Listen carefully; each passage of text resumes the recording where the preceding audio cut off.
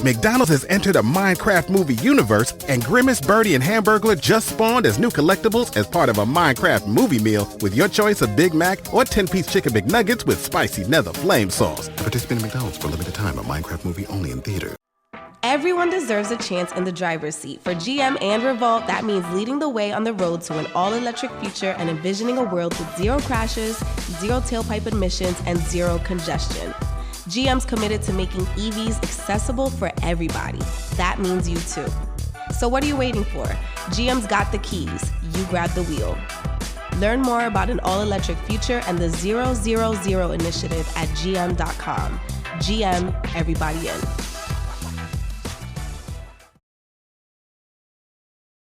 What's up, y'all? It's your boy David with Black Wealth Renaissance, and I'm here today to tell you guys about Anchor.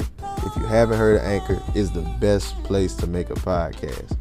Anchor is a free app that has creation tools that allow you to record and edit your podcast straight from your phone.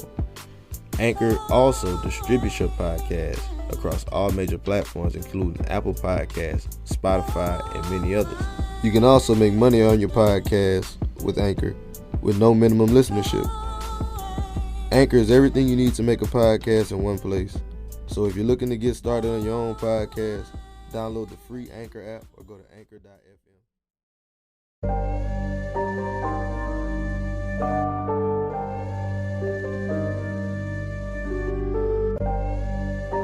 You know the rules of the game. Yeah. You know the rules of the game. I don't care what color. Can you make me 100 million? Let's talk money. Can you make me that? If you can't make me that, I don't want to talk to you. You shouldn't even be at this table. Hey, I got money on my mind. I'm just trying to get some dough. I ain't picking up my line unless it's money on the phone. Gotta get it on the daily. All I want is dubs. You know what I'm on. I've been chasing after paper. All I know is run money marathon. Do 5 years of this and be a millionaire and go on do what I want to do, have kids, go live my chip and joy in the games life out here in Texas, or struggle for next few years. The choice is yours. What's up, guys? Welcome to the Black Wealth Renaissance Podcast. Our goal of this podcast is to normalize black wealth and share helpful resources and tips we believe will be useful in attaining and maintaining generational wealth. Please feel free to rate and comment on our podcast. We would love to hear all feedback you have. Now, enjoy the show. Welcome, everybody, to another episode of the Black Wealth Renaissance Podcast. Your boy, David Bella, 1/4 of the Black Wealth Renaissance, checking in with my brothers, Jalen and Kelly. How y'all feeling? What up, what up, what up? It's your boy, Jalen, man. Another quarter of the Black Wealth Renaissance. Feeling good, feeling great, man. It's a new year, 2021. Yes, we starting it off strong. Y'all already know we got pods already on deck. So ready to get this thing started, though, man. What's good, everybody? It's your boy Kelly here, checking in. Happy to be here in 2021, starting off the new year in quarantine, but it's all good. It's all good. Hey, man. Your boy caught the COVID, but it's all good. It feel all right. It's crazy how the shit go, man. I hope I ain't the one gave you that shit, my brother. I ain't gonna lie. We was together, and I just got off the quarantine shit. I don't know. I don't know, but it's all good. Hope. Yeah, man. My brother feeling good. We still in good health and good spirits, and we here for another great podcast. Before we get into it, though, y'all, and introduce our guests, I want to ask that everybody, you like, subscribe, rate, comment, leave a review. If you're a new listener, first-time listener, or a long-time listener, give us some feedback. We definitely love to hear from you all and really just want to do as much as we can to make sure we pouring into y'all and giving y'all the information, the type of content that y'all need. Yeah, now with that said, y'all got to introduce our guests. Man, we just had a fire conversation prior to the pod, and we are excited for this episode. Yeah. So on this episode, y'all, we got a good brother out of North Carolina. He's a comprehensive financial planner. He's the owner of a firm. It's called Capitalwize. He's the owner of a lifestyle brand called Melanin Money, which is helping Black people learn about finances and close the wealth gap. He's also launching an app called My Pocket Advisor, which aims to be a social network to help people bridge the gap with their accountability and their finances. We got none other than the good brother, Mr. George Acheampong. George, how you living? Hey, man, I'm living good, man. Good to be on here, man.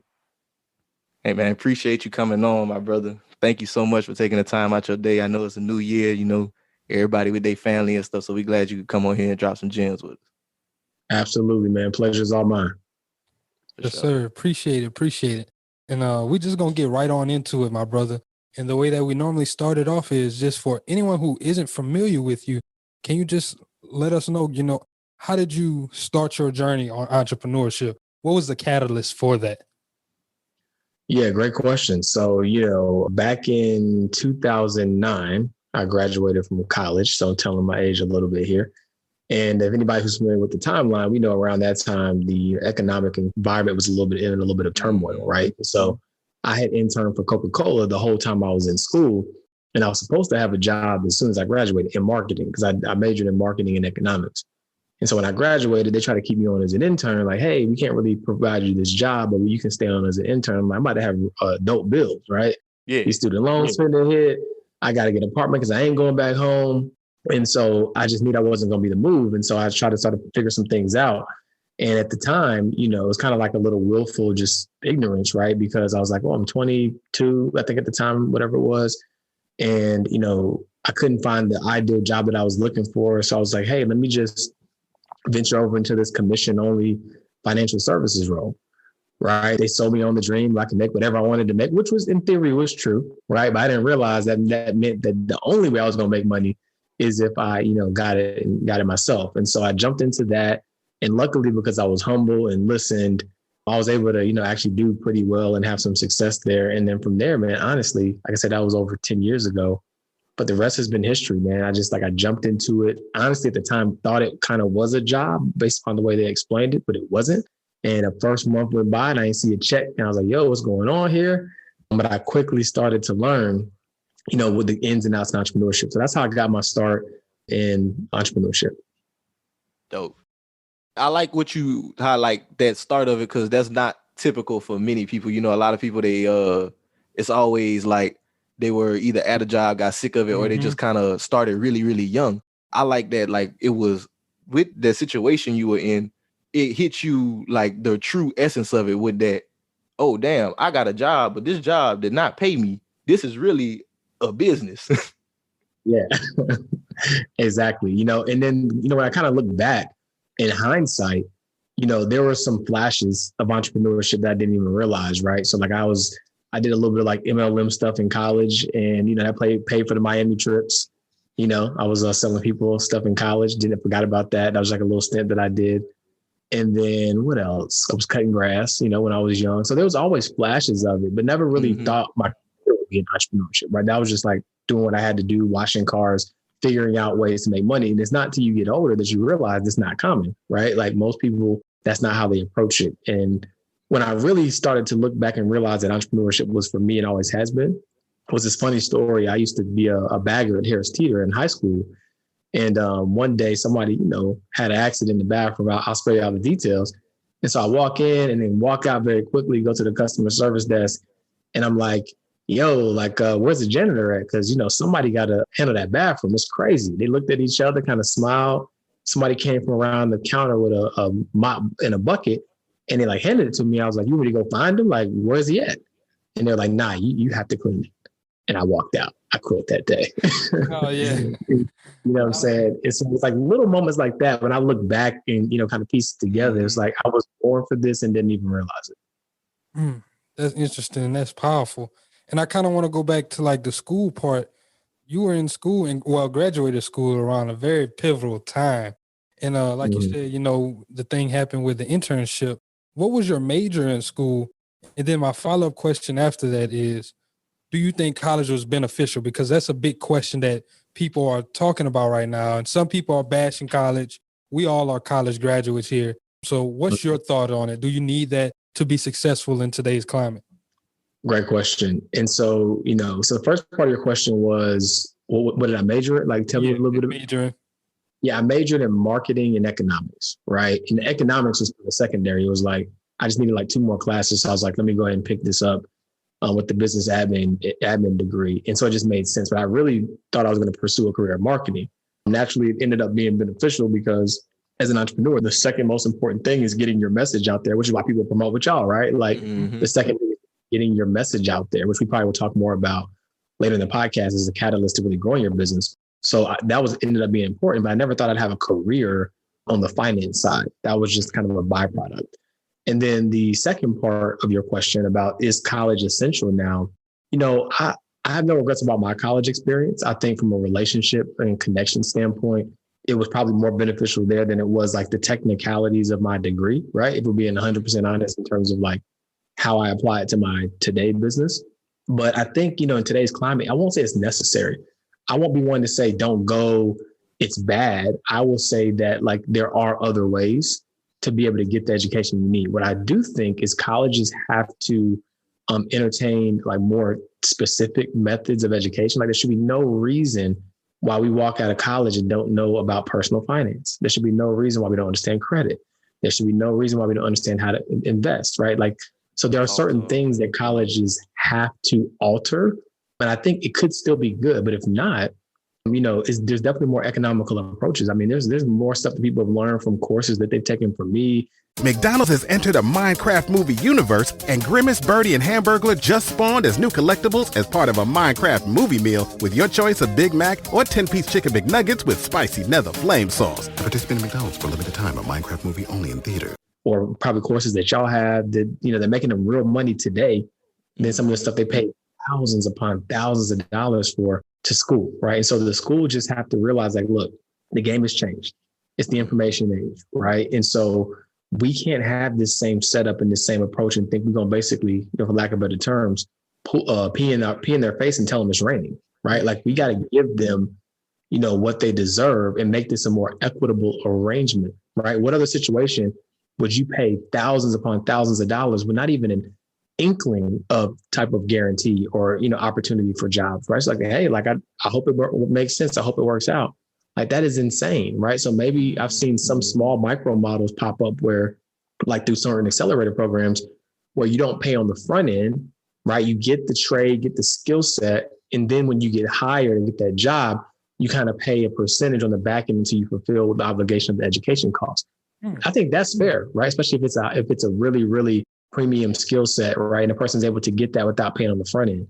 But they're going to have to adjust how they approach it. But expecting somebody to pay 40, 50, 100 grand with no guarantees and not even teaching them some of the fundamental life skills that they need to thrive outside of college is a big no.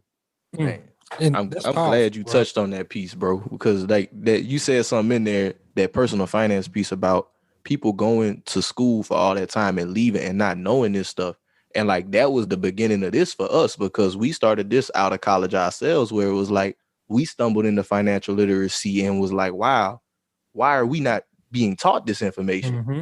And like, it really kind of led to the catalyst of this. And I kind of want to go now into you with your job, working with that financial services firm, like after being in college and not really learning and all that, was that the beginning of like your true financial literacy education? Like how did that kind of play out? Yeah, good question, man. Again, it's all funny how it connects, right? So if we take a couple steps back, right? Growing up, I didn't come from money. I saw my family struggle. And so something inside of me, like, even though I didn't know exactly what was going on, like I had this like instinct that it was related to finance, right? And so, my mom will tell you to this day, when I was in elementary school, I was loaning out money to my aunts and uncles, right? Because I would get money cutting grass or doing certain things. And I didn't know the term interest, but I mean, logically, I was just like, hey, if I give you $20, I mean, I should probably get more than $20 back, right? And so I was doing that in elementary school. Again, made no connection that this was going to be a career path. It just made sense to me because I was looking at my circumstance and I was like, man, this doesn't feel good. Like, and I feel like money's the reason for this. So let's solve the money problem. Let's have some, right? So that was probably like the first like self-taught start, right? Then you fast forward a little bit to, let's just say, what was it, my first or second year of college? That summer, my mom was getting remarried. And because of this whole track record of me just always being this frugal kid, right? Not wanting to spend any of the money that he got, she said, me and my husband are getting remarried. And, would you mind like helping us like kind of figure out our finances together, right? Because we're joining our finances. So I put together this whole fancy spreadsheet. This was like before Mint.com existed and all that kind of stuff. And I had a buddy of mine who was interning at a financial planning firm when I was interning at Coca-Cola. And I said, hey, can you look at this? Is this like anything like what y'all do for the clients that y'all work with? He's like, I'm gonna be honest with you, bro. Like, it's a little bit better, right? We don't get this detailed and this granular. So I was like, okay. Again, good to know, but didn't think that it was going to be a career path. So that was another indicator. And then I guess last but not least, to your point, working for the financial services firm, that's when it really started. When I started interfacing with clients, or they asked me to reach out or build my prospect list. They said, find 200 people who can, you can work with that have money to invest. I'm like, my people ain't got no money. You know what I'm saying? So it was an eye opener. I was like, man, like it was a reminder that people in my ecosystem that I had proximity to, they didn't understand money. And then what really did it for me is a guy came into my office. It was him, his 3 kids, and his wife. He was like 40, 43 at the time, right? Wanted to be a client, Black guy, real nice guy. And he came into my office and he was telling me a situation, what he was trying to do. And I did the numbers. And this is before I really thought about like entrepreneurship, digital sales, right? Because I would have told him probably different advice in hindsight. But from a mathematical perspective on how we used to think about retirement, I was just like, yeah, man, you know, I don't see the path for you to stop working, right? Like mathematically, it wasn't panning out. And at the time, that's when it clicked for me. I was like, number one, the most important thing I can learn from this career is to absorb all the information necessary to make sure, number one, take care of myself, practice what I preach, make sure that I'm good, first and foremost. And then number two, to make sure that my people understand the gravity of personal finance, right? Because retirement feels so far away to most people, right? And people are only motivated by 2 things: to avoid pain or to seek pleasure. And when the pain seems so far in the present, or excuse me, in the future, it's hard for them to wrap their head around that, right? And so it's like retirement, whatever, right? Until they get there. And now they're handing out stickers at Walmart, right? And the thing I always like to tell my peers, I'm like, what are you doing so wildly different than your parents right now? And let's just assume their parents are not in the best position financially, right?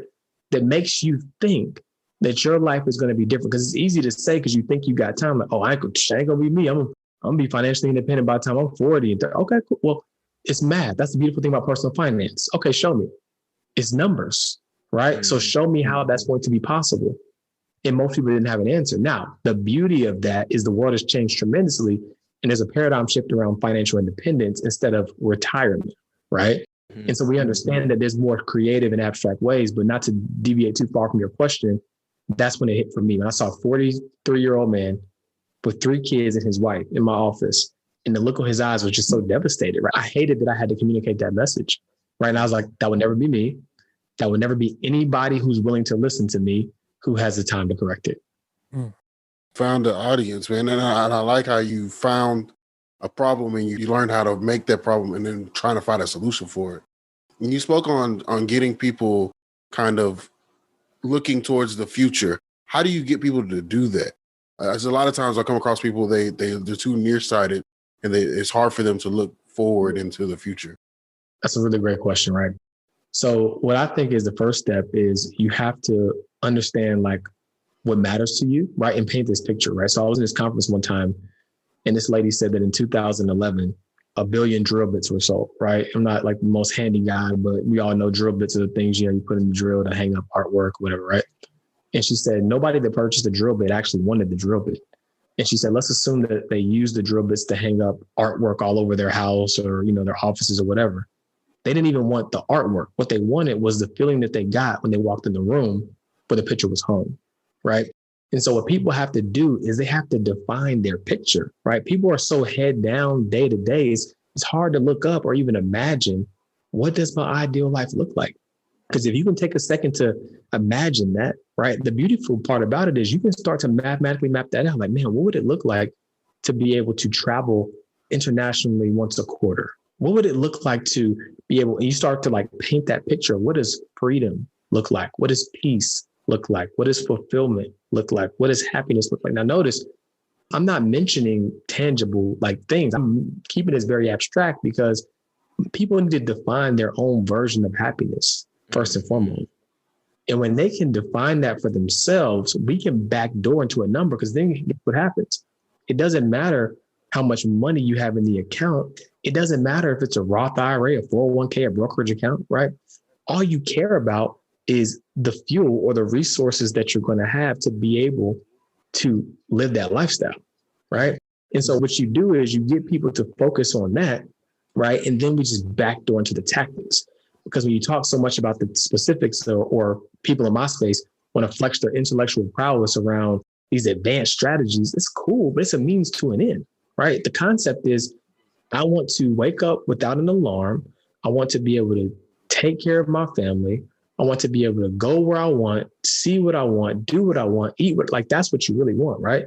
So when you identify that, then you just have to attach a number to it And that's when we simply, pull the lever on the tactics to make it happen. But what happens is when it feels like it's so far off in the distant future, people can't wrap their head around it, right? Because again, they're motivated by pain or pleasure. And most people, if you think about it, if given the choice between a painkiller and a vitamin, they're going to choose a painkiller because a painkiller is going to solve your problem immediately.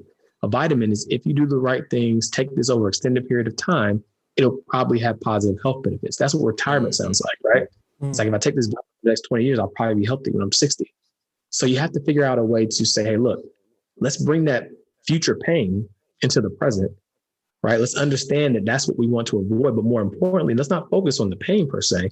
Let's focus on what future pleasure we're going to be able to get from making these decisions now, right? Because motivation is a lot like taking a bath. It doesn't last, right? You got to do it daily. So some people, it's a vision board. For me, it's a daily declaration. Every day, every morning, I'm reading, who is George? Who am I? Right? What life do I live? What type of business do I run? Right? What type of man am I? I read that every morning, right? And it's only so long you can go without looking at that and making sure your actions don't align to you mapping towards that, right? And then also giving people an opportunity to do something small every day, or at least every week, that makes them feel like they're already there. Don't push it off forever. That's one of the biggest mistakes I think I made in my early years of entrepreneurship. Head down and just, I'm gonna come up for air whenever, 10 years later, right? Like, no, enjoy some of that now. What does a wealthy life look like? Travel, okay, cool. Take a 2-day trip to a city that you can drive to, right? Rent an Airbnb, right? Maybe it's me playing golf once a week when the weather's nice, but making sure that when you identify what that ideal life looks like, that you figure out small things that you can do right now and not push it off to the future. Hey, man, that was a beautiful answer to that question, my brother. Thank you. You made me think whenever you were talking about that, identifying that future goal about money master the game. It was a concept in there he talked about. What I thought about. That freedom number, and like how people not only like they think that it's such a larger number than what it has to be. A lot of times people always think I need 10 million, 15 million to be comfortable. And like in that book, as he was breaking it down to a lot of these people, to live these extravagant lifestyles that they thought like compared to what they had, a lot of times it was a lot more realistic. And it was a principle you said in there. You just got to start putting numbers on things. And I just think that's so important that you mentioned that, man. Yeah, it's man, it's so like inspiring when you just do the math, right? Like people, the biggest buzzword ever, make your business making 6 figures, making 6 figures. It's $273 a day. You know what I'm saying? So you're focused on 100,000, and let's keep in mind, if we can keep it in the book for the record, 100,000, to your point, ain't shit. And there's a lot of more numbers before, after that number, right? So you can make 800,000 and that'd be 6 figures. I keep hearing 6 figures. I think people default to 100,000, but bigger numbers. Okay.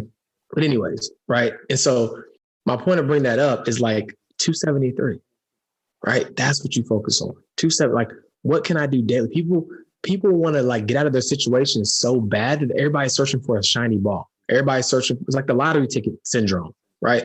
If I just had this big check, it'll solve all my problems. If I could just no, one foot in front of the other every single day. This year, well, we're in 2021 now as of this podcast, but in the pandemic, when I couldn't go to the gym, I noticed your boy was falling off a little bit, right? You know what I'm saying? There's a little bit too much love in them love handles. I was like, this ain't it. You know what I'm saying? Self-awareness is key.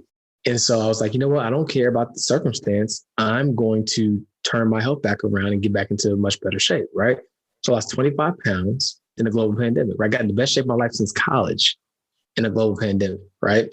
And so I bring that up only to say this. The way I got there was by simply tracking what I ate on a daily basis, making daily deposits to getting better. And then I look up 4 months later, I'm in the best shape of my life, right? I didn't just jump over the hurdle or try to do a detox tea or a 3-week challenge. Like, no, just one foot in front of the other, day after day, and the results will come, right? Stop chasing the shiny ball. Stop trying to circumvent the process. The process is the process. And it's the same thing with your money, right? You got to just one step at a time, right? Same thing with business. It's like, if I can just get 2 $50 sales a day, you know what I'm saying? What does that look like, But everybody just focuses on that big esoteric number and then they get overwhelmed and they don't end up doing anything. And before we go forward into like further entrepreneurship, I want to talk on one more part with the personal finance. And I want to talk to you like after you had that realization with that one client who you told, retirement looking real bleak to you. How did you start to implement that moving forward and conveying that message to the community? What was your reaction to, okay, I got to make sure I get this information to people? Yeah. So my first brand on the internet was Makes Sense to Me, right? Because what I realized, I was like, this personal finance stuff, like it feels like so complex to a lot of people. And if we could just make it simple or make it make sense, as they say now, which I've been saying, if we could just make it make sense, I feel like it will help people. So what my way of doing it was taking the things that people were already doing and finding ways to like leverage that to educate them. For example, like we know food is a big budget buster for a lot of people, right? So one of the things, and to this day, you probably can search the hashtag. I believe the poster's still there, but meals that make sense, right? So one of the things I would do is I would just like go to the grocery store, you know what I'm saying? Grab some food, boom, boom, boom. And I would break down. I was like, look, like this dope meal that I made cost me $2.73 a serving. Compare that to a restaurant. This same meal might cost $15-$20. What does that tell you? I may be able to take this money and now I can apply it to saving, or I can apply it to an investing account. And if you keep doing that over time, you'll be able to really build that thing up. So I just try to make it really, really practical, right? Because like when people get all these industry terms and all these advanced strategies, they just get intimidated. So I just try to take things that they were already doing and find more efficient and better ways to do it. That was my method of doing it for probably the first almost 5 years of my career, just really just breaking it down to these simple like lifestyle hacks and how you could like redistribute those resources. That's a perfect way to do it though. And like, it's just like breaking it down into the simplest form, explaining it to where like someone who's in elementary school can understand it though. And I think that title was perfect. And if you still had it around right now, the SEO on it would be crazy. Yeah. Actually, I think the website's still up. I need to check it. I think it's still up. I need to do something with that. Probably need to sell it. Hey, that was domain flip, man. We had our girl Maria on here. She talked about she bought a domain for like, what it was, like $20-something and flipped it for $1,100. Hey, man, that one might be sitting on some digital gold right there. Yeah, I need to go check that out. I need to go see what the going rate is for that domain. Because I did have somebody reach out to me like a few weeks ago. It was random, ironically, because they had searched it. They were just like, because I think, again, the website's still up. So like, yo, is this brand for sale or whatever? I was like, it could be. Awesome, you know what I'm saying? Never stop. So what we got? Yeah. Yes, indeed. And before we get into the entrepreneurship journey, because I want to start talking about that, while we on this personal finance topic, quick commercial break, y'all. I need everybody, if you're interested in personal finance, trying to get your situation together like we've been talking about, we have our ebook, our book, Manage Your Money Like the 1%. It's a step-by-step guide to money management and investing. Y'all cop that, man. It's really another resource in your toolkit. Now, shameless plug, man. Hey, man, my boy Tiger got me on it. He said 2021, we got to come with that energy. I'm with man, it. I love Donations it. and gifts. Donations.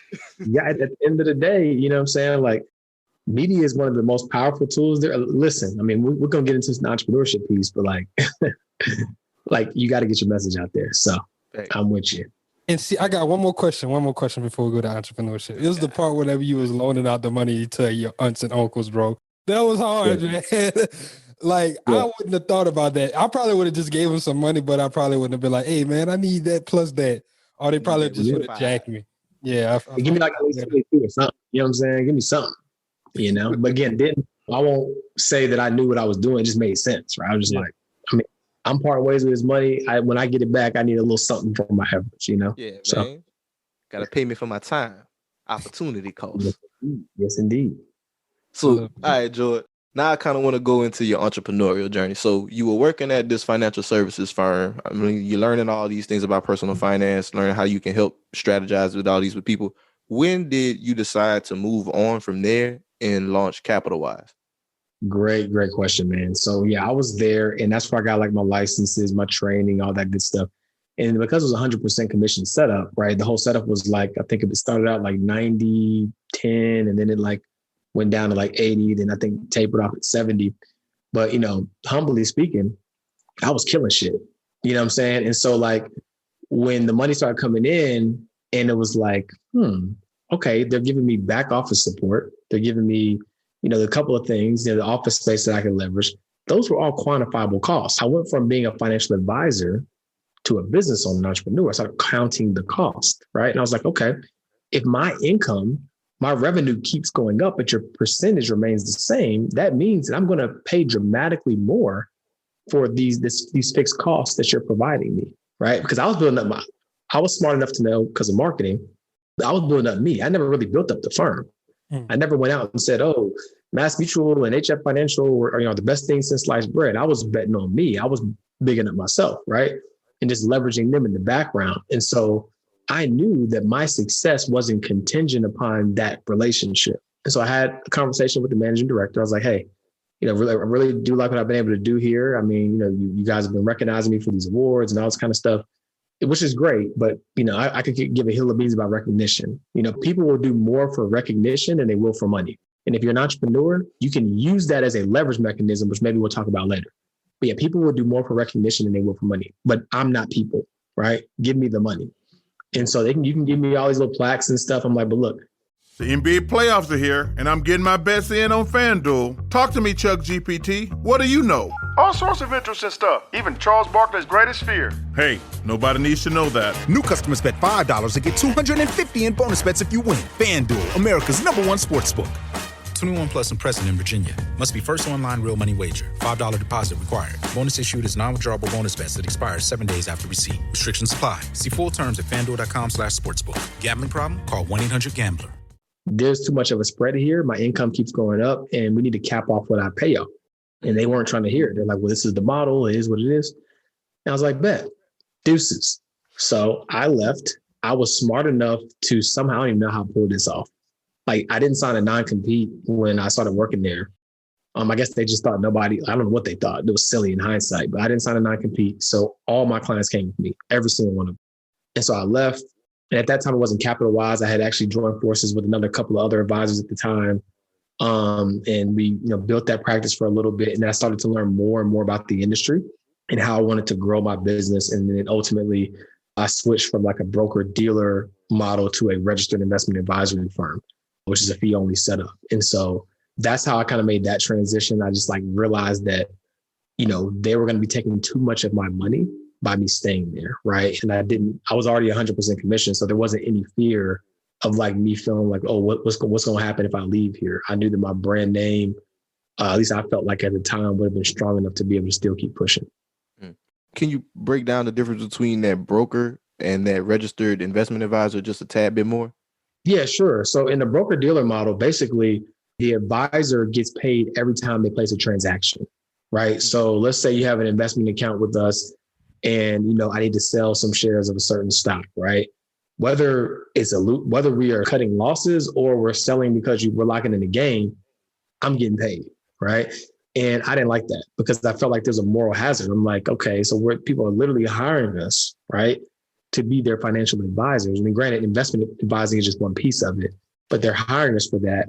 But at the end of the day, I don't feel that we should be getting compensated every time we place a trade because it creates a moral hazard, right? It's like, if I know I'm going to get compensated every time, not that I would do this, but I can see how advisors would just be churning accounts, right? It's like, oh, let's just move money around because anytime any transaction happens, we're going to get paid, right? Mm-hmm. So for me, I didn't want to be affiliated with that type of infrastructure. And so I had to kind of unravel that and transition into a registered investment advisory firm. So the fundamental difference is one is a suitability relationship, meaning that I just need to do something that puts you in a better situation than you were before you met me, right? So for example, if your money was in a savings account and I put it in an ETF, right? Technically, right? You're in a better situation than you were when you came to me, right?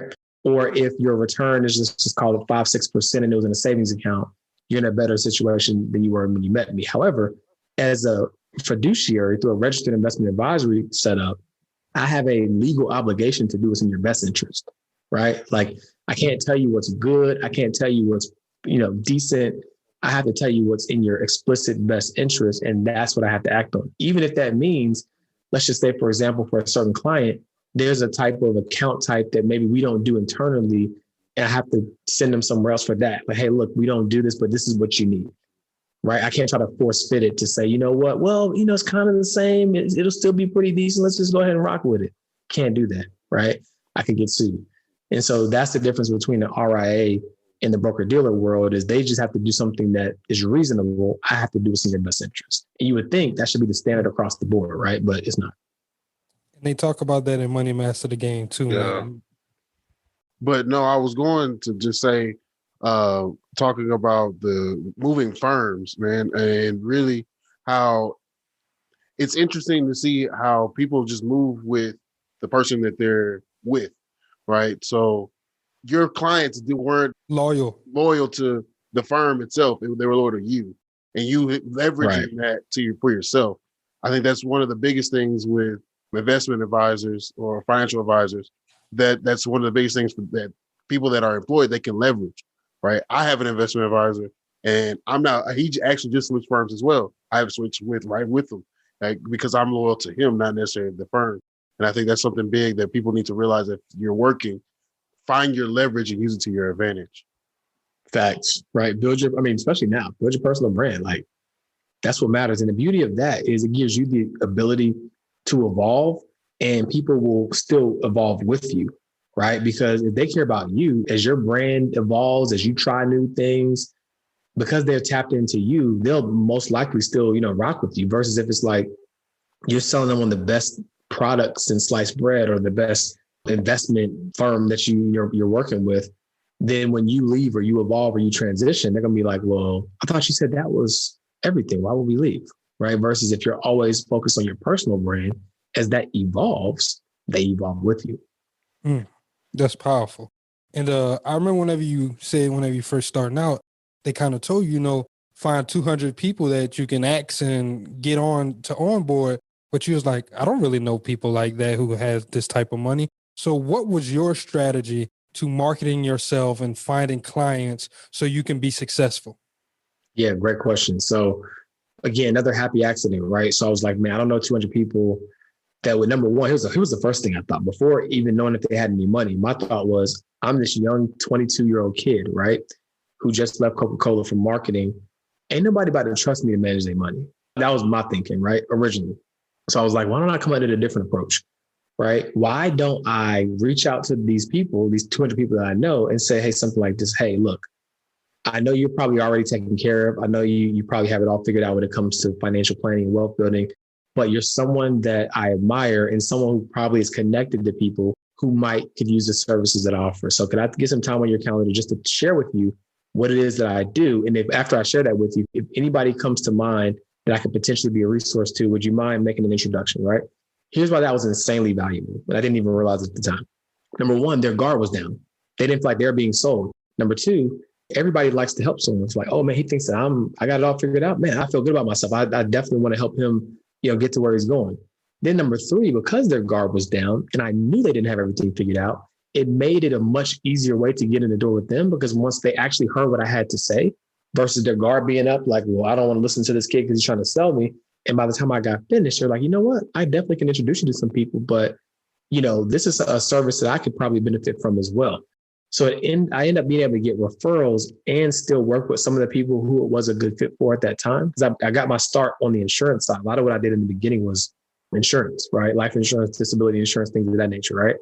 And so I was able to still get in the door with some of those people, and then they edified me to their community. So now I had third-party validation because they felt this need to help me because of how I came at them. So that was my strategy. And I was able to run with that for a while because I didn't have Instagram yet, didn't have any of that stuff. So I was really just pounding the pavement. Then I did a lot of networking events. The firm that I was with at the time, they did a couple of press releases, like new advisor in Charlotte, just hired. So I don't think that really did anything, honestly. That was just a credibility booster for when you Google me.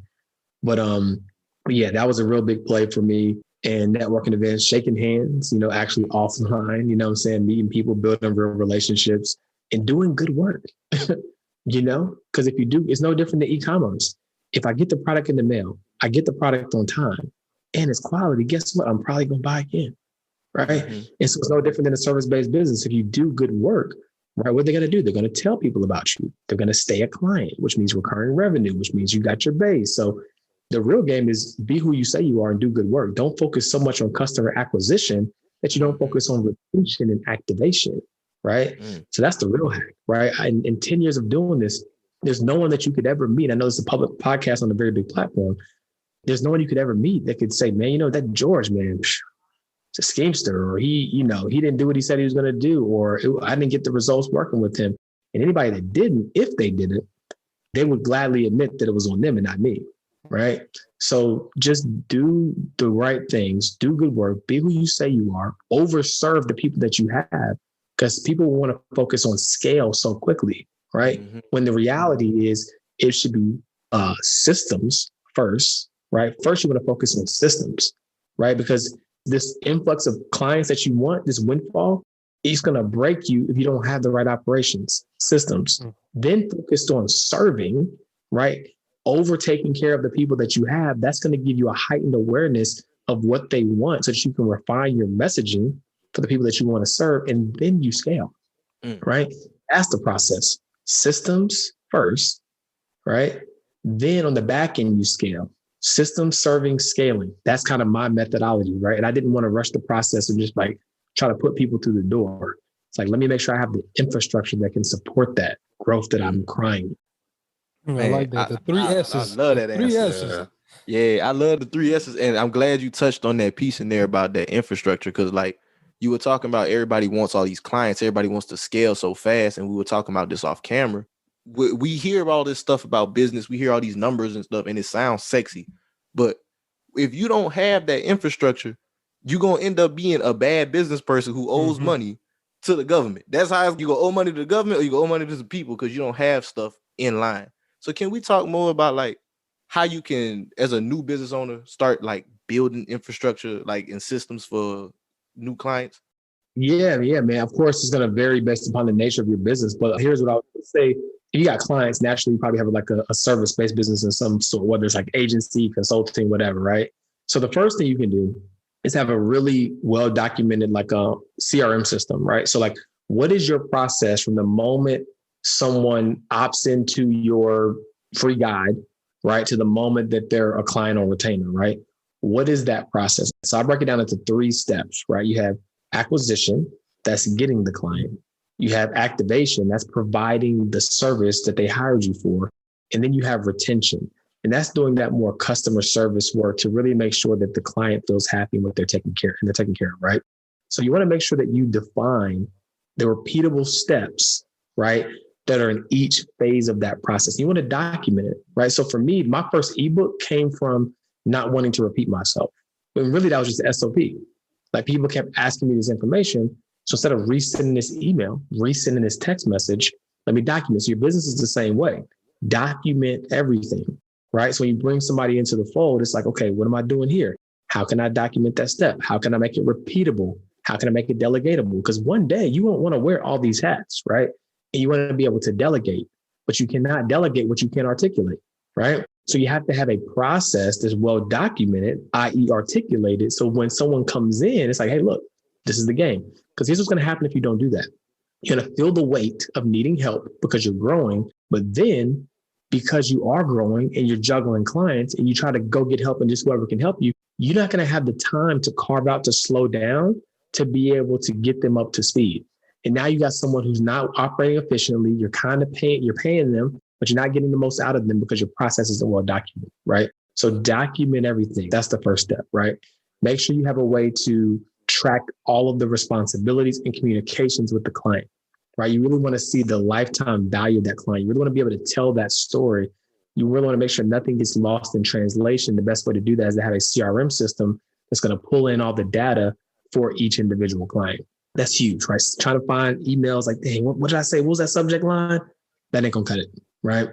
So having like a really good CRM system. Other than that, I would say like you really want to get out of the way, right? Like you want to set up your business in a way to where if you're the CEO, if you're the visionary, like whatever your role is, what is the thing that bogs me down the most and how can I position that to be outsourced, right? Whether it's somebody that's doing it overseas, whether I hire my first admin person, but start to piece together the help that you need so that you can free yourself up to work on the business and not in the business. Does that answer your question? Yeah. And I love how in there you kind of talk to hiring someone, and the importance of a system, but I also kind of want to ask you, whenever you're hiring someone, how do you find someone who's matching what you're trying to do? Because sometimes your system could be great, but that person's just not a fit for your company. So how do you go about finding a person that's actually a good fit and a good mesh? Man, that's $1 million question, right? I heard this quote one time, and it said, if you have extraordinary systems, you don't have to have extraordinary people, right? And so if you think about McDonald's, right? I don't need McDonald's, but it's an extraordinary system, right? And so that's why they can pay people $7 an hour to step in and plug into the system. So what you're talking about is more of like a culture fit, right?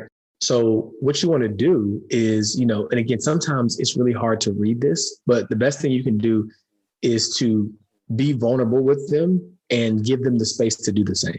Right. So, hey, look, we're a small business, we're agile, and because we're small, we're very tight knit in what we do. Right. And so part of what's going to make this work is understanding, what you want out of this position. Right. You can be vulnerable. Like, I know sometimes people just want a paycheck. Right. But just tell me, where do you see yourself in this situation? Because just like most relationships, people leave for one of 3 reasons. Right. They're either unfulfilled, right? They're undervalued or underappreciated. Right. So undervalued, not getting paid enough. Unfulfilled, I'm not doing work that makes me light up. Right. Underappreciated, they never get recognized for the things that they do. Right. So figure out what makes them tick, get that information on the front end. And then if what they're looking for aligns, give them that space and that autonomy and say, hey, just tell me, sky's the limit. We're a small business. Who knows where this relationship could grow? Where would you see yourself growing? And if where they see themselves going doesn't really align with the direction of where you cast the vision as an entrepreneur, you have a tough decision to make right then and there, right? Because here's the thing. When you want help and when you're hiring, sometimes people look more attractive than they really are because you feel like you're drowning, right? Or you feel like, man, I just need that help. So the question is, are you going to be objective enough in that moment to say no when you know it's not a good fit, right? And then when you realize it's not a good fit, are you going to be able to approach that person and say, hey, look, this is where we said we want to go. This is what's happening.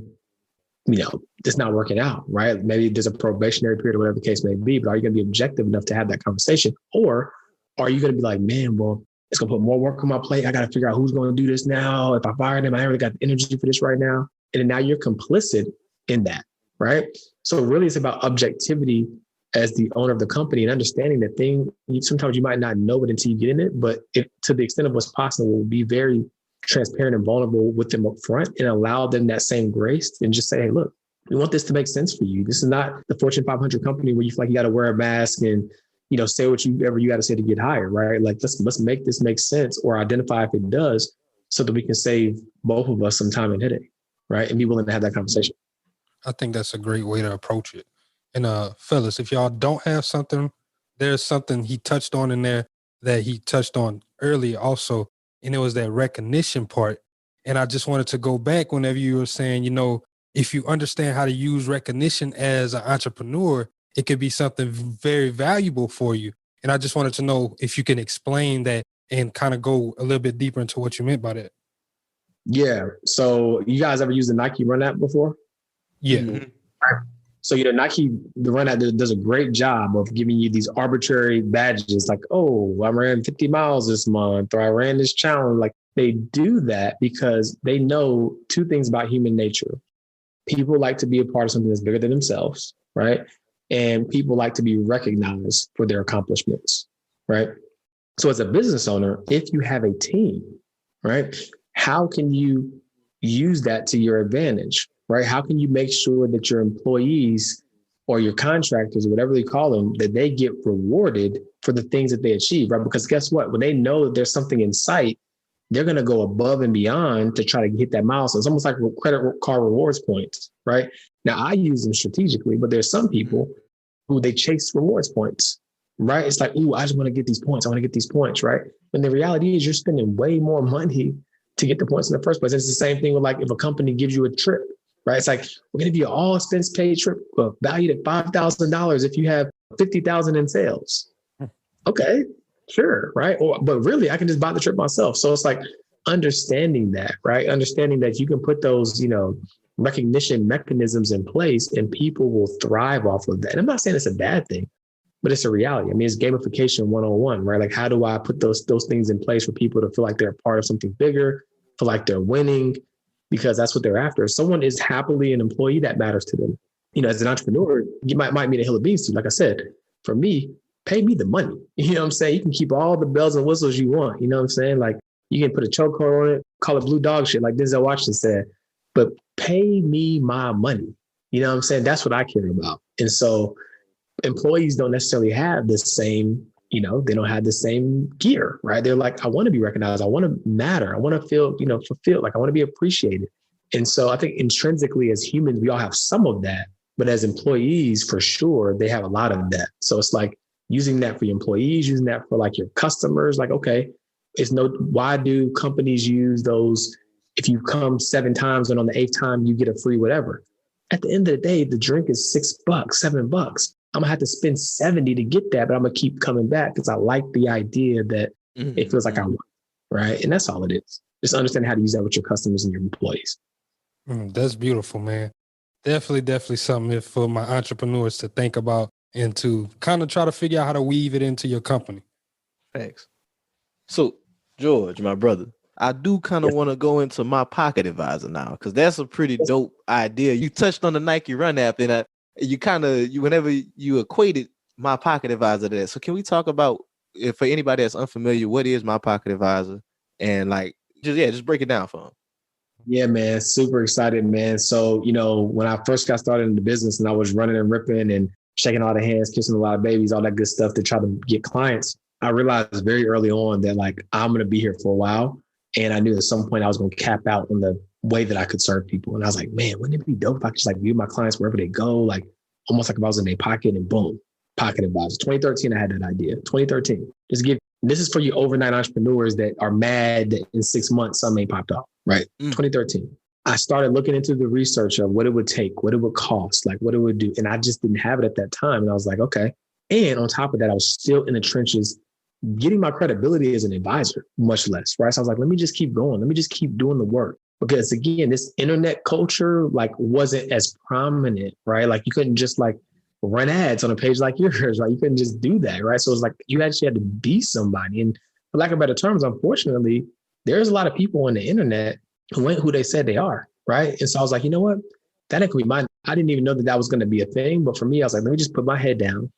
Let me get to work.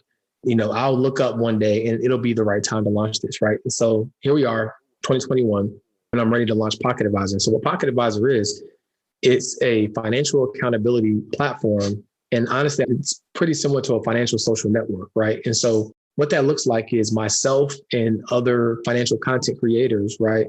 We are basically going to be the voices to be able to educate people who exclusively want to learn about personal finance, right? Because we can come on Instagram and to the best of our ability, we could probably curate our feed a little bit by following pages like yours, following pages like mine, but there's still a lot of noise. You know what I mean? And so, you know, with Pocket Advisor, the people who are creating on the creation side, they have to be vetted and verified by me and my team. Right? Like, okay, bet we've seen your work, we trust it, we can create content here, right? We're going to continue to expand that out. We'd even love you guys to be able to create some content there as well. And so that's the first thing, being able to learn from a variety and multitude of financial experts, right? In one place, right?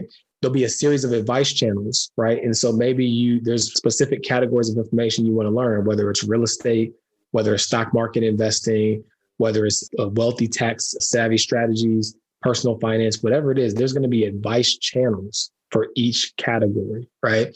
And so then you'll be able to hop in there and really kind of focus on the content that matters most to you. There'll be classes, right? So when you come on the network, you know, periodically throughout the month, we'll have different classes that hosted by different experts. There's a feature called Ask Penny, right? And she's basically our brand character. And what that is behind that, there are certified financial planners who are on call who will be answering your questions. Just like, so the concept is almost like Siri, but it's a real person, right? Like you can, but really ask a CFP, right? Like, hey, I just got this bonus at work. Like, what should I do with it, right? And based upon the nature of your question, it's going to be sourced to an expert based upon their credibility, right? So it's not a customer service person. It's not a call center. There's real experts behind it. When that question comes through, it's like, it's going to be a filter for us. Like, oh, this is really a tax question. We need to source that to this guy, or this is an investment. Now, investment is the tricky piece, is because it's more education, because we can't if it's like a specific holdings question or like when you should buy something, we got to kind of be careful about that because, you know, 1-to-1 will be considered advice. But if it's like a class or a course or a program, then that's considered education. So people won't be able to ask like, should I buy this right now? But they will be able to ask questions around personal finance and everything else. Now, but we will be teaching on the investment principles also. Other than that, man, I mean, there's just so much cool and exciting stuff. We're going to have somebody who's going to be posting daily deals and discounts, right? So instead of you having to try to be tapped into like all these different lists and emails, you can come on Pocket Advisor at any given time and someone's going to be able to, you're going to be able to find a flight deal. We're traveling again. You're going to be able to find a bunch of different deals and discounts there. What else we got there, man?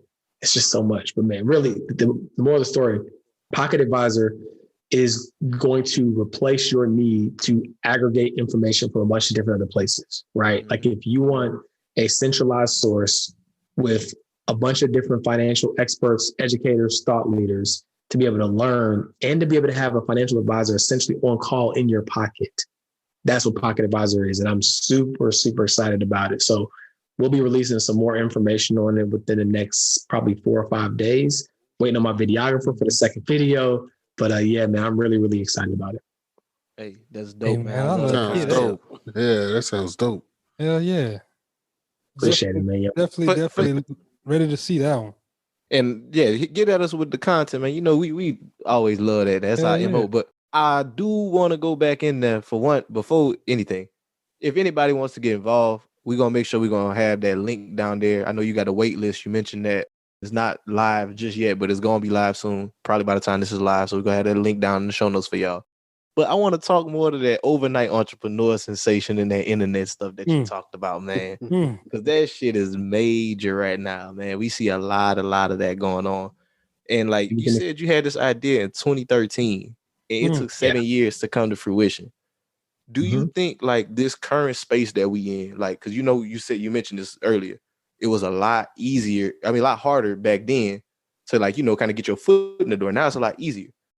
This episode is brought to you by Shopify. Upgrade your business with Shopify, home of the #1 checkout on the planet. Shop Pay boosts conversions up to 50%, meaning fewer carts going abandoned and more sales going cha-ching. So if you're into growing your business, get a commerce platform that's ready to sell wherever your customers are. Visit Shopify.com to upgrade your selling today.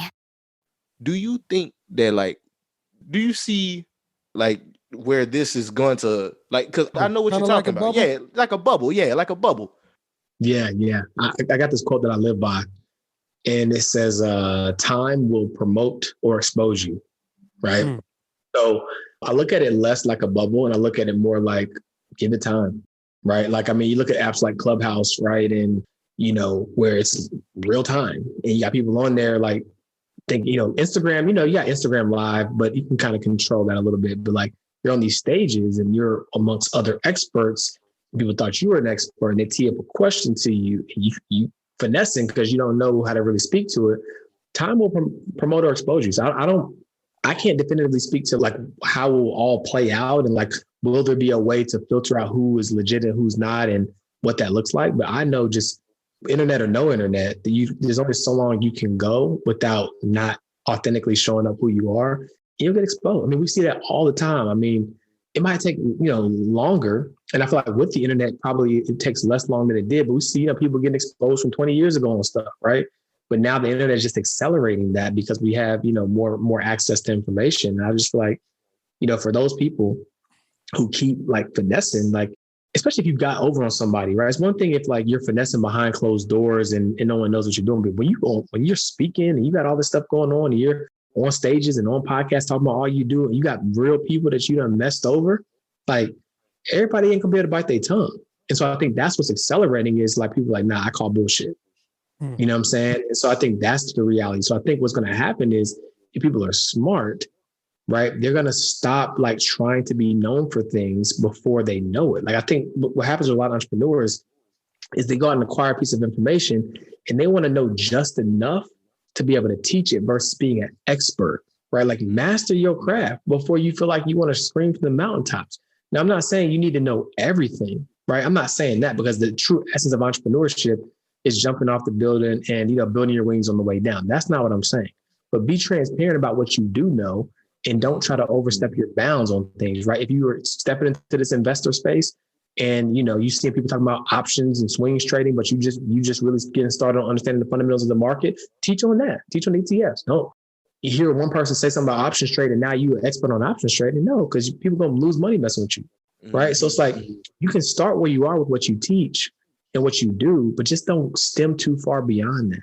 Right? I'm a big advocate of starting where you are. I'm a huge advocate of that, right? Not being perfect, showing up imperfectly, huge advocate of that. But do that with what you have, the knowledge you've actually acquired versus like just getting a taste of something about, I know I read one page on this and now I want to create a course on it because that's the new wave in selling courses. No, that's the thing. That's some good points to touch on. I kind of want to go a little bit deeper on your entrepreneurial thing, just because you're saying, we can be real. Like, what's some mistakes that you personally made on your entrepreneurial journey that you feel like someone can learn from? Yeah, for sure. Not documenting things the right way in terms of like partnerships, collaborations, and agreements. Like my man Wallow said, the paperwork make the paperwork. You know what I'm saying? Like, you gotta have that paperwork in place, man. That was a huge mistake.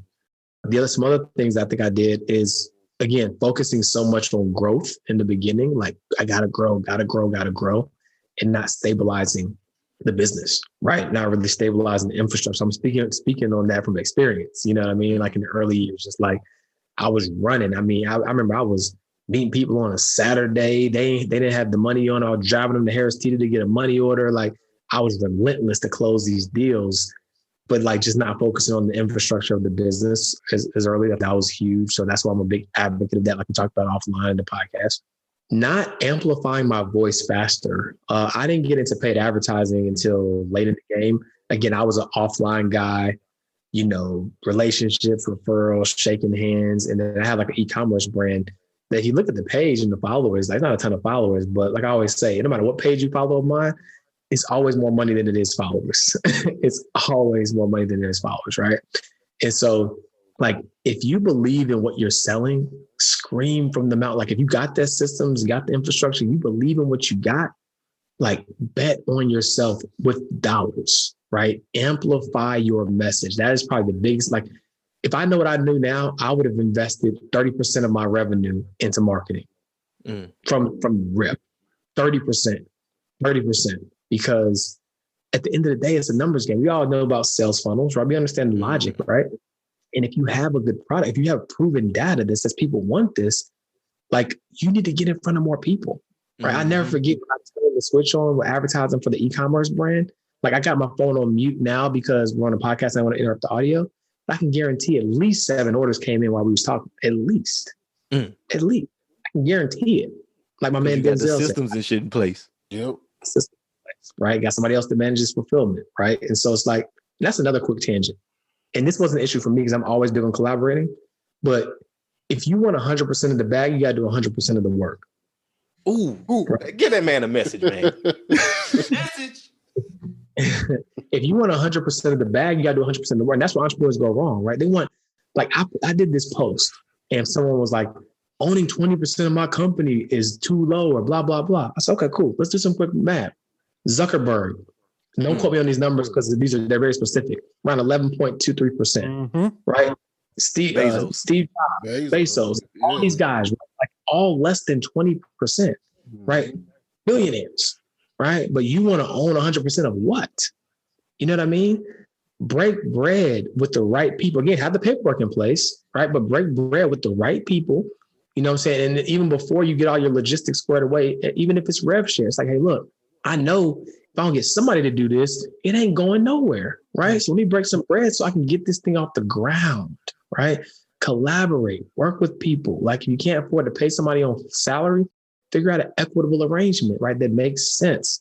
Because unless you want to do 100% of the work, which means your thing ain't going to grow. If you can do 100% of the work for your company, it's not big enough. It ain't big enough. You know what I'm saying? One more time, man. Message. I love that. That's dope. And so you got to work with people. And then sometimes, it might not always work out. Like, it might be, okay, but you don't stop. It's like people who are dating. Like, you don't not get married or not pursue another relationship because One didn't go right. No, okay, wasn't a good fit. Let's find somebody else. I went through like 4 people before I found the right person for my Melanin Money e-commerce brand. I was telling my wife the other day, and imagine if I quit. Now that brand, right? All I can say is I'm glad I kept going and didn't get jaded off of a relationship, right? So it's like, you got to put people in place. Like you might see George, but there's people beside me, behind me, you know, that you're not seeing that are helping me run this machine. And I'm breaking real bread with. You know what I mean? I'm not afraid to do that because at the end of the day, I'd rather have a percentage of something huge than to just be the face and then be juggling all this stuff, be overwhelmed, have no time freedom because I'm doing everything myself. And you ain't making the money that you want to make. You ain't making the money, right? Hey, I just want to say one thing. Whoever's doing your Facebook ads, man, they're doing a fantastic job of Melanin Money. Fantastic. Thank you. Appreciate it. Man, we might need to tap in with them, dog. BWR trying to step them paid ads up. Them Facebook ads up, man. Ads, Facebook ads, I mean, telling you, bro, a game changer. Like at some point with the Facebook ads, when you get it dialed in, it becomes, well, how much do I want to spend? All right. Once you get it dialed into where it's a 3-to-1, 4-to-1, 5-to-1, 6-to-1, at some point it's just like, okay, well, shit, let's spend $1,000 a day. Let's spend $2,000. Why wouldn't we? Right? The data is substantiating that this makes sense. If 1,000 can make me 5, shit, that's a win. Why wouldn't I? That's the problem, though. People aren't willing to bet on themselves. Like it's almost like investing. They want these outsized returns, but they don't want to take any risk to get it. So every decision that I had to make, I had to like gut check. It was like when I hired the ads team, when I had to redo the website, when I had to drop the money on the samples for the new photo shoot for the merch, so the campaigns were looking a lot more fire. Like I had to do that before $1 rolled in. You know what I'm saying? I had to make that decision, right? I didn't know what was going to happen, but I was willing to bet on myself. I went into that knowing I could have lost thousands of dollars if those campaigns didn't pan out the way I wanted to. Plus, not to mention the ad spend on top of all that, right? Mm-hmm. So you got to be willing to bet on yourself because you can't get the reward if you're not willing to take the risk, period. And that sparks another thought in my head. Just because, you said I'd have put 30% into advertisement. I want to talk about percentages as an entrepreneur and how sometimes on the internet, especially, you'll see a lot of people say, oh, yo, like you're saying, I made 6 figures, but they're talking gross versus what they're netting. A lot of people aren't being transparent to saying, I made $100,000, but how much money of that $100,000 did I actually truly keep? So right. I just want to talk about like feasible numbers like that, because you said I'd have put 30% into advertisement. You still have people you have to pay for. You still have systems that you have to pay for, and you still got taxes you got to pay for. Right. So the reason why I said that is because that type of advertising I'm talking about, the ROI is so quantifiable, right? So of that 30%, probably 20 to 25 would be paid Facebook and Instagram advertising, right? And I would only feel confident putting that much there after a proven track record of a certain level of ROI. Because at that point, right, let's just simple math, right? Put 1,000 in a day, right? And every time I put 1,000 in, I get 4,000 out. And then for me, what I would do every time I got that return is I would take out what my original investment is, right? So that way it's almost like I didn't spend the money, right? Which is another benefit of business credit. Right. But to break it down in more tangible terms for someone who maybe isn't at a place where they're going to spend that much on advertising or just wants to understand the fundamental structure, here's how I would start. Right. So the way I would look at it is I would look at my top line revenue goal, right? Like how much do I think is coming in? Let's just call it 10K in a month or something. Right. Then I would look at my projected overhead. Right. So I would say, OK, cool. Like of that 10,000, how do I need to allocate that? So to your point, I can still have a profitable business. The way I would do that, I'm not sure if you guys are familiar with the profit first model, but the way I would do that is I would have a predetermined percentage for money that I'm paying myself the same way I would in personal finance, right? So before I'm doing anything else, if I got 10,000 that came in and 10,000 is going to my profit account, that's the first thing I'm doing, right? So now no matter what happens, I know that my baseline from a profitability standpoint, I've already allocated money that I'm not touching, right? Then I would allocate about 15%. Again, it's going to vary, right? Based upon the nature of your business, how much revenue is coming in. Those percentages can fluctuate. But another 15% just for like your tax reserve, right? To have that. Now, if you understand tax planning, you're probably not going to have to use a lot of that for your tax bill, because there's going to be a lot of different levers that you can pull, right? For that, let's just say, hey, look, let's go ahead and at least have it available, right? Just in case that happens, right? Then you have your operating expense account, right? For me, I like to keep that around like 30 to 40, right? But that's because I run a fairly lean business model. We're hyper efficient with our systems. But like you want to set a percentage for that. And then what happens is, and actually I have the spreadsheet I can send y'all. What it'll do is it'll auto tell me, like when I put in my projected overhead, like how close I am to exceeding that number. So I can go in and kind of check like, okay, well, what am I spending money on? Because what a lot of people do, their business model is based upon looking into their business bank account, seeing if there's money there. And then that's if they'll know if they can spend something, right? But real business is forecast, right? We forecast. It's like, okay, cool. I can spend this money on advertising, or I can spend this money on a new hire, or I could spend this money on a new computer, because when I looked at my forecast, it's showing me that I will have this in my budget. It's not me looking at my bank account, seeing that there's money there today, right? And so that dictates what I can do that month. Now, here's the beautiful thing about entrepreneurship. If I look at my operating expenses and I'm like, whoa, in order to do what I want to do this month, I would need at least another $2,000-$3,000 to be able to do it, then go make some more money, right? Focus on how you're going to be able to attract more clients, right? I talk about paid advertising, but there's so many strategies that you can do to get people to the door. So many strategies that you can do. You can do a giveaway strategy where it's like, hey, look, I'm going to give away this ebook, right? And all you got to do is sign up and blah, blah, blah, right? You're going to get 500 people to sign up. You give away 2-3 copies. Then on the back end, hey, thanks so much for entering in. We already selected a winner, but would love to still give you a copy at 10% off, right? So there's so many different ways, but you have to, as the business owner, when you see the numbers, you make objective decisions about what needs to happen based upon those numbers, right? And then in the beginning, before you're on like formal payroll, it might be simple to just say every month, I'm gonna pay myself 10, 15, 20% of what the business makes, right? And then at some point, what you want to do when the revenue starts to come in more significantly, you want to cap that percentage at a certain point, keep your personal income fixed, and then you allocate that to yourself. The last thing that I allocate is I call it the freedom fund, right? And so one of the things that keep entrepreneurs stuck is not prioritizing the infrastructure that we talked about in their business. So every year, this is, if you guys have ever read the book Clockwork, it's a great read, but it's the same concept. But basically the concept is you want to be able to take off from your business 4 to 6 weeks a year and nothing breaks, right? Because you have the systems, the operations, and the process in place. So for me, what the Freedom Fund does is it has me prioritizing a certain amount of money so that I have no excuse. I'm either one, if I realize, man, I really got to upgrade the CRM system to HubSpot because we need to be able to better track and have better segmentation on our customer value journey. And then we can do this and we can do that. Now I'm not worried about, can I pull that money from my operating expense? I'm prioritizing a small pool of money every year to make reinvestments back into those things, right? To free me up, to create the business that it can run without me, to create the business that while I'm on this podcast, orders can come in. You see what I'm saying? It's like you that pool of money to, number one, originally invest into the infrastructure, but then on the back end, it could even be like, hey, this is my 6-week travel fund, right? This is my sabbatical money, because it's like, I've earned it. I prioritized it. It's not taken away from the profit of the business because we've already allocated that. It's not taken away from the taxes. I'm not trying to give myself an unnecessary bonus. This is literally for my freedom because of the way that I set up the business. And that's how I think about different resources. Hey, that's major. That's gems. That's some beautiful gems right there. Hey, and I do need you to shoot that spreadsheet over to us, my brother, because we need that. I got you. I got y'all. Appreciate it, my brother. Well, George, man, we're going to pivot to the last segment of the show, my brother. So we're going to go into what's on your timeline. So we want to ask you, bro, what's something you seen on the timeline that you just want to speak on? Yeah, what's on the timeline? Man, that's a good question.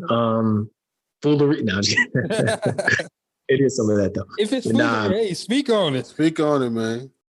Now, I'll talk to y'all about it offline, but it was super mess. I don't know if y'all saw. They ain't on Clubhouse? Let's talk about that. I'll talk to you about the other one offline. Yeah, Clubhouse. We can talk about that.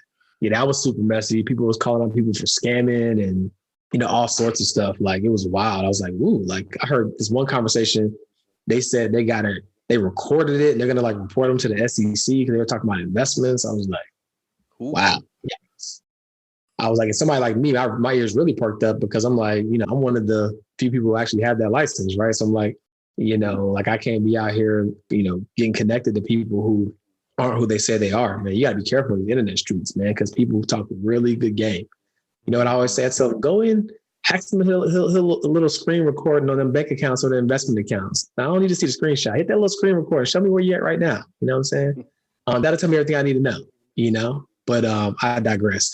So yeah, people were getting called out for scamming, and it was wild, man. It was wild west over there. So that's something I saw on my timeline. Other than that, it's top of the year. So I'm seeing a lot of people, focused, ready to tackle the year. And I'm not one of those Scrooges. I'm not going to say, that if you didn't do what you're supposed to do in 2020, it's not going to happen in 2021. I'm optimistic. I hope everybody finds their light, finds their lane, and is able to win. I just ask people to, just do it incrementally, right? Show up every day. I got a really good strategy for reading, read 2 pages every hour that you're awake.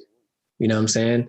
That's average like 32, 34 pages a day. If you sleep 8 hours, you can read a 200-page book every week, 200-plus page book every week. So just start small, right?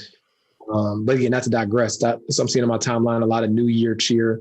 People excited about the new year, trying to leave 2020 behind, rightfully so. And the clubhouse foolery that I saw most recently.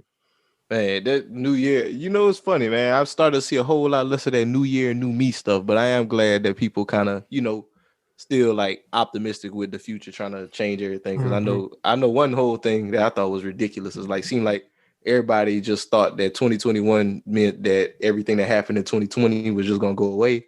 My boy Kelly still got the vid. I just still had, like, what I'm saying? Like, everything's still happening, guys. It's just another day. Like you said. The clock is just turning. That's all it means. I do want to speak on the SBA loans. If you see somebody talking about you can pay $125 and you can get an SBA loan for $5,000 to $10,000, you can flip $125 to $10,000.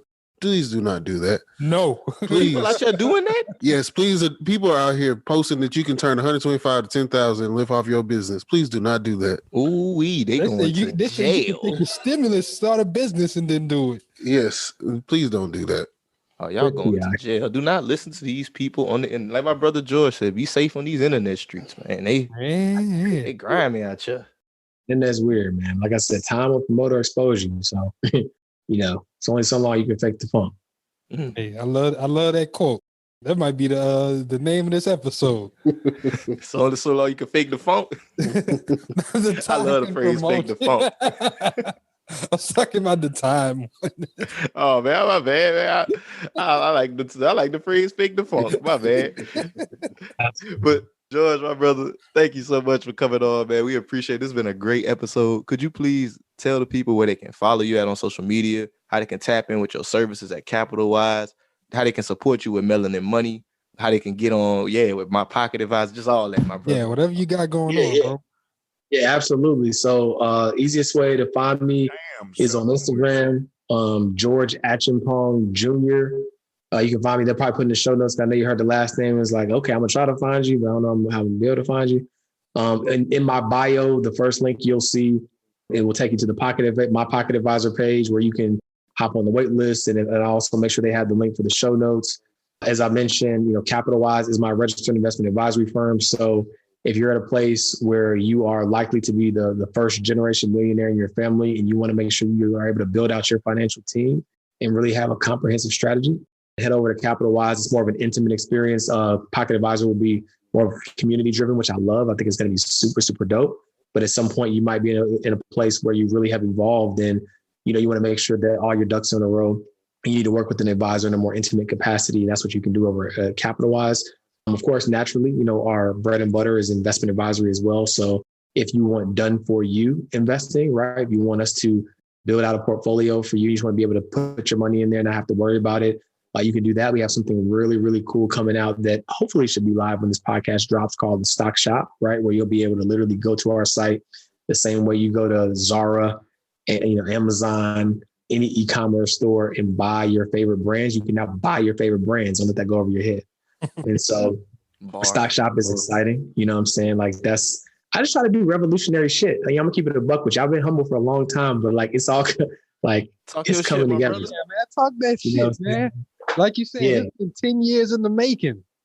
10 years in the making. We've had some nice milestones along the way, but this year it's gonna hit a little different. So yeah, we got the stock shop. That's gonna be super cool. Of course, all investments are still held with in custody with a broker dealer, but you have the experience of being able to simplify how you learn about investments and how you are able to start the process to own them. So that's coming in January. We're going to go ahead and make sure my web designer don't play. Make sure she hear this episode. It's coming in January. And Melanin Money, right? So every wealth builder, every, Team Black Wealth, you got to have your uniform, you know what I'm saying? And so go to melaninmoney.com, you know what I'm saying, to grab your gear. If you don't get it, grab it. It's going to show up on your timeline one way or the other. You're going to have to get it. But your melaninmoney.com, the official uniform of Black Wealth, go ahead and grab that. Got a lot of new dope merch drops coming in 2021. Super fire merch drops coming. So check that out. I also have a podcast, The Uncensored Show. So check that out. I give a lot of free game on there. And I think that pretty much rounds it out. If I missed something, just tap in with me on social and I'll be sure to share it there. Hey, I love to hear it, my brother. Love it. Like, once again, my brother, we appreciate you so much for getting on here. Thank you for kicking these gems. It's been a great with us. Yeah, it's been a great episode. I know somebody gonna leave this thing with some value. They especially that 3S system, man, etched in my head. Man, you got me thinking. 3S's. But yeah, just like gonna look out for the infographic. You know what I'm saying? Just be oh yeah, for sure. Just be patient. You know what I'm saying? Scale. Always in that scale. But you're gonna stress yourself out. You're gonna have bad customer reviews. Just take your time, do it right. You know what I'm saying? And I think if people can focus on that, they'll build a business that they can actually enjoy. And because you don't want to build something and end up building a cage, right? It's like, man, I grew this thing and because I don't have the systems in place, I'm responding to all these emails. Nothing's automated. There's not triggers in place. There's not people's in place. Like, you don't want that, right? So sharpen twice, cut once, and you'll build something really, really special. Like bars as always, man. My brother kick game. Yeah, man. But look, yo, before we wrap this thing up, what you said, Jalen? He a poet, ain't even know it, man. This guy, I'm not about to play with this dude. But look, y'all, before we wrap this thing up, we're gonna have a couple of the house cleaning items. As always, everybody, thank y'all for tuning into the Black Wealth Renaissance podcast. We love and support y'all. Y'all, thank y'all for tuning in week in and week out. We want to make sure we're giving y'all the best content possible. So y'all make sure y'all giving us that feedback, man. We really love hearing from y'all, hearing how the show has impacted your life, how just anything that we've done, any way we've been able to touch or help or improve anybody, just let us know, man. We love hearing back from you guys. Y'all tap in with our book, as I mentioned before, Managing Money Like the 1%. If you're a person trying to get your personal finances in order, if you're trying to get your credit together, we got our course, Credit Fundamentals 101. That's been going really well. We got some good feedback on that so far. So if you, another person, you trying to master your credit, you struggling with your credit, and you don't really understand credit, that's what that course is all about. We try to break down the game for you all so that y'all can move with the knowledge so that you can actually handle this stuff yourself. Like, you don't want to have to pay for credit repair every time you need to get your credit together. And that's what we did with that. Jalen, Kelly, y'all got anything? I just want to say thank you all for rocking with us. Please like, comment, share, subscribe. Keep rocking with us and let us know what y'all want to hear. You know, we take any type of suggestions or any person you want us to reach out to try to see if we can have on the podcast. Please let us know. You know me, man. I just want to say thank y'all. Welcome to 2021. We still going strong. I want y'all to be positive and just look up and let's keep on working and keep on growing this year. Y'all be on the lookout for some of the great things that we got coming. And we really just focused on giving y'all the most value and just giving y'all the best experience that we can. So appreciate y'all. Dope.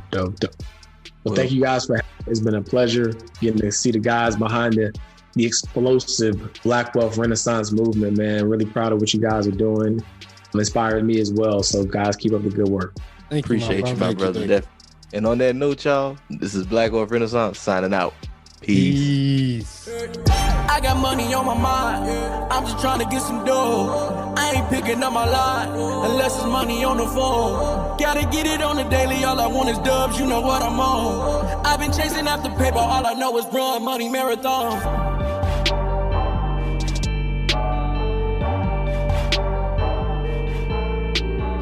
I switched to Boost Mobile and got a free Samsung Galaxy A23 5G phone. Want to know the best part? It was free? Nope. The fact that it's on America's largest 5G networks? Nope.